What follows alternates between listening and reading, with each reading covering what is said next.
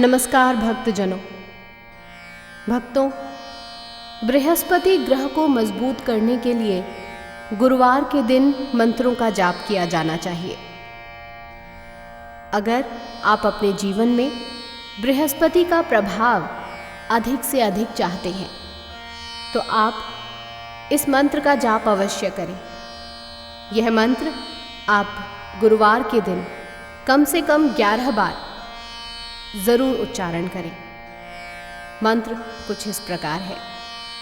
रत्नाष्टापद वस्त्र राशिं मलं दक्षात् किरणतं करादासीनं विपिणोकरं निदधतं रत्न दिराशौ परमादेवा पीतालिपं पुष्पवस्त्र माखिलालङ्कारं सम्भूषितं विद्यासागरपारगं सुरगुरुं वन्दे सुवर्णप्रभमा।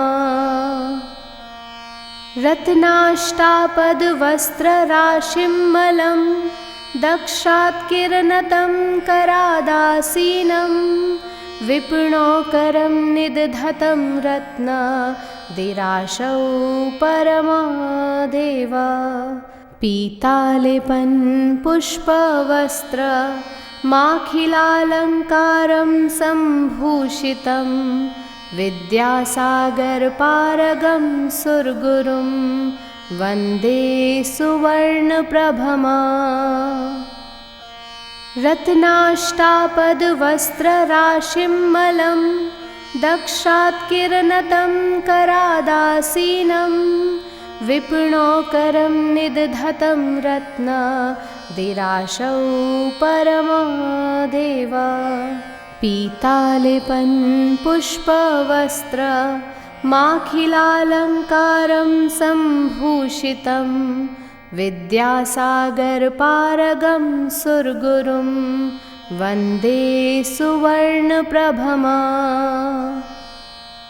रत्नाष्टापदवस्त्रराशिं मलं दक्षात् किरणतं करादासीनं विपिणोकरं निदधतं रत्न दिराशौ परमादेवा पीतालिपं पुष्पवस्त्र माखिलालङ्कारं सम्भूषितं विद्यासागरपारगं सुरगुरुं वन्दे सुवर्णप्रभमा। रत्नाष्टापदवस्त्रराशिं मलं दक्षात् किरणतं करादासीनं विपिणोकरं निदधतं रत्न दिराशौ परमादेवा पीतालिपं पुष्पवस्त्र माखिलालङ्कारं सम्भूषितं विद्यासागरपारगं सुरगुरुं वन्दे सुवर्णप्रभमा। रत्नाष्टापदवस्त्रराशिं मलं दक्षात् किरणतं करादासीनं विपिणोकरं निदधतं रत्न दिराशौ परमादेवा पीतालिपं पुष्पवस्त्र माखिलालङ्कारं सम्भूषितं विद्यासागरपारगं सुरगुरुं वन्दे सुवर्णप्रभमा।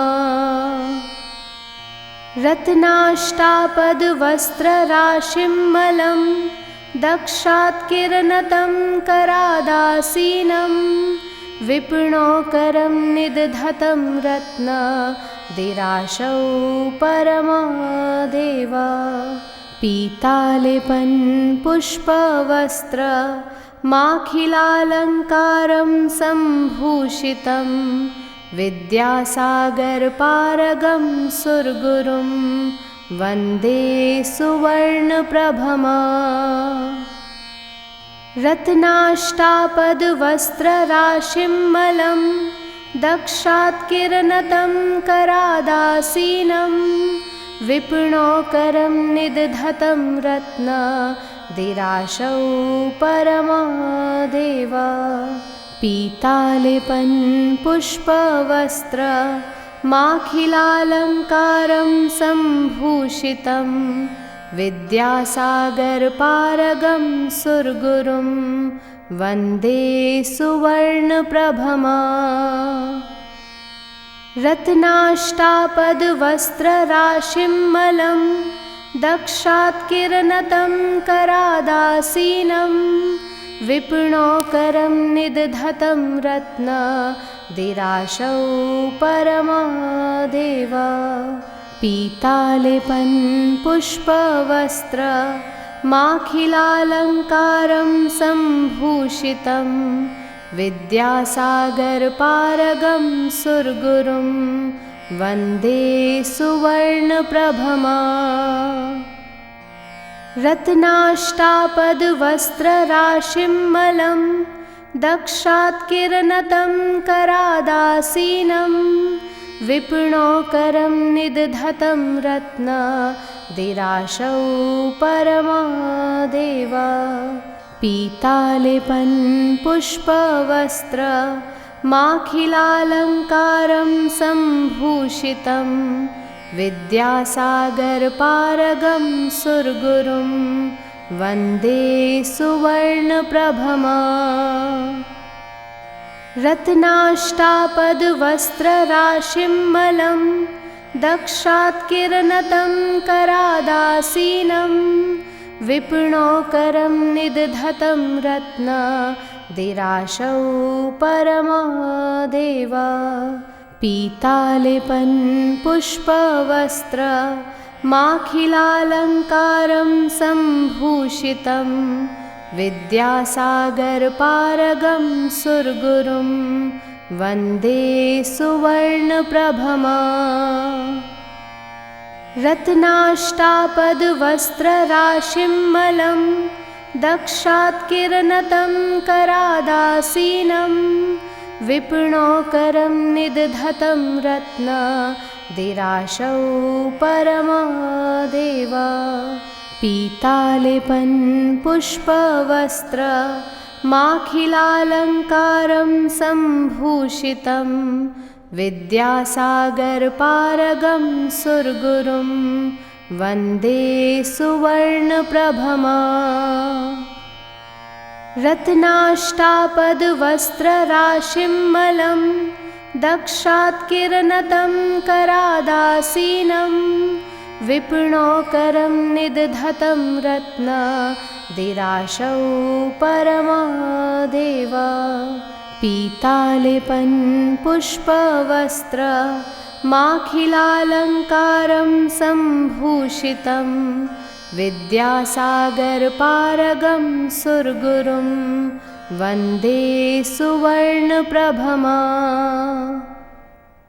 रत्नाष्टापदवस्त्रराशिमलं दक्षात्किरणतं करादासीनं विपुणोकरं निदधतं रत्न दिराशौ परमादेव। पीतालिपन् पुष्पवस्त्र माखिलालङ्कारं सम्भूषितं विद्यासागरपारगं सुरगुरुं वन्दे सुवर्णप्रभमा। रत्नाष्टापदवस्त्रराशिमलं दक्षात्किरणतं करादासीनं विपुणोकरं निदधतं रत्न दिराशौ परमादेव। पीतालिपन् पुष्पवस्त्र माखिलालङ्कारं सम्भूषितं विद्यासागरपारगं सुरगुरुं वन्दे सुवर्णप्रभमा। रत्नाष्टापदवस्त्रराशिमलं दक्षात्किरणतं करादासीनं विपुणोकरं निदधतं रत्न दिराशौ परमादेव। पीतालिपन् पुष्पवस्त्र माखिलालङ्कारं सम्भूषितं विद्यासागरपारगं सुरगुरुं वन्दे सुवर्णप्रभमा। रत्नाष्टापदवस्त्रराशिमलं दक्षात्किरणतं करादासीनं विपुणोकरं निदधतं रत्नदिराशौ परमदेवा। पीतालिपं पुष्पवस्त्र माखिलालङ्कारं सम्भूषितं विद्यासागरपारगं सुरगुरुं वन्दे सुवर्णप्रभमा। रत्नाष्टापदवस्त्रराशिमलं दक्षात्किरणतं करादासीनं विपुणोकरं निदधतं रत्नदिराशौ परमदेवा। पीतालिपं पुष्पवस्त्र माखिलालङ्कारं सम्भूषितं विद्यासागरपारगं सुरगुरुं वन्दे सुवर्णप्रभमा। रत्नाष्टापदवस्त्रराशिमलं दक्षात्किरणतं करादासीनं विपुणोकरं निदधतं रत्नदिराशौ परमदेवा। पीतालिपं पुष्पवस्त्र माखिलालङ्कारं सम्भूषितं विद्यासागरपारगं सुरगुरुं वन्दे सुवर्णप्रभमा। रत्नाष्टापदवस्त्रराशिमलं दक्षात्किरणतं करादासीनं विपुणोकरं निदधतं रत्नदिराशौ परमदेवा। पीतालिपं पुष्पवस्त्र माखिलालङ्कारं सम्भूषितं विद्यासागरपारगं सुरगुरुं वन्दे सुवर्णप्रभमा। रत्नाष्टापदवस्त्रराशिमलं दक्षात्किरणतं करादासीनं विपुणोकरं निदधतं रत्नदिराशौ परमदेवा। पीतालिपं पुष्पवस्त्र माखिलालङ्कारं सम्भूषितं विद्यासागरपारगं सुरगुरुं वन्दे सुवर्णप्रभमा। रत्नाष्टापदवस्त्रराशिमलं दक्षात्किरणतं करादासीनं विपुणोकरं निदधतं रत्नदिराशौ परमदेवा। पीतालिपं पुष्पवस्त्र माखिलालङ्कारं सम्भूषितं विद्यासागरपारगं सुरगुरुं वन्दे सुवर्णप्रभमा। भक्तों, इसे बृहस्पति देव का ध्यान मंत्र कहा जाता है। इस मंत्र का उच्चारण करने से या इस मंत्र का श्रवण करने से पढ़ाई में लय खो चुके जातक भी अपना लक्ष्य पा सकते हैं। इन मंत्रों का जाप कर सकते हैं। मंत्र जाप से मन और चित्त शांत रहता है। साथ ही व्यक्ति में एकाग्रता और धैर्यता आती है, जो किसी भी कार्य को करने के लिए बहुत आवश्यक है। नियमित रूप से इस मंत्र का जाप करने से जीवन में अनुकूल बदलाव आता है। साथ ही साथ सभी तरह की बाधाएं दूर हो जाती हैं। आप इसे अपनी क्षमता और एकाग्रता के अनुसार कर सकते हैं। कम से कम एक माला ज़रूर जाप करें और सभी भक्तजन एक साथ मिलकर सच्चे हृदय से कहिए, जय बृहस्पति देव।